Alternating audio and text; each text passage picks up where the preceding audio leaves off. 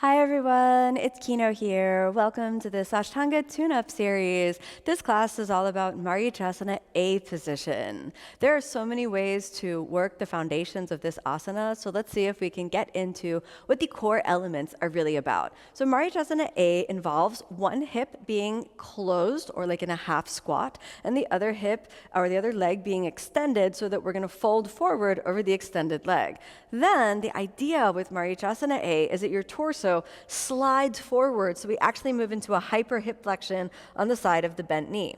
Now, the second half of the asana is happening with the shoulders. So your shoulders internally rotate, and this allows you to bind your hands around the back. Okay, so now you understand what the asana is. Now let's get down into the nitty-gritty of how we're going to tune this asana up. So first thing, when we start off in Dandasana position, or our seated position, from which all the asanas really emanate from, the first thing to look out for is what's happening with the lower back. If your lower back is hunched and rounded as we sit in the seated position, when you bend your knee, it's only going to round and hunch more, dumping more weight into your lower back, taking you further away from the asana. So if this is the reality of your Dandasana position, I recommend that you grab a blanket and then you sit your hips up on the blanket, and this will help you pivot just a little bit forward into a good Dandasana position. This over time will increase flexibility, and what's nice about the blanket is after a few months, you can change the height and just get it be a little lower, little lower, little lower as you develop more flexibility.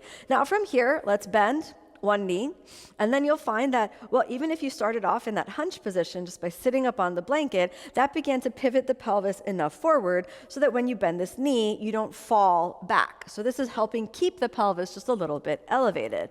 Next, when you fold forward, you're thinking about how can you bring your torso away from your thigh without, this is important, your knee flopping out to the side in external rotation. So if we think about how are we going to get the torso forward, then this knee has to stay activated following the line, right knee over the right foot, right knee aligned with the right hip. Not too much wide, not too much in. It's sort of stable on its own. Then as the torso moves forward, there's a moment when the hip will come off of the towel or off of the blanket or even off of the floor. You want to let that happen.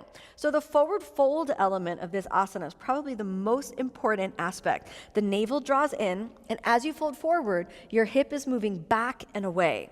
So this could be the foundation of what we're working with in the asana. However, we're going to add in a shoulder bind or a movement in the shoulder that will help you find out how to connect the shoulders into the work of the torso. Let's bring it back.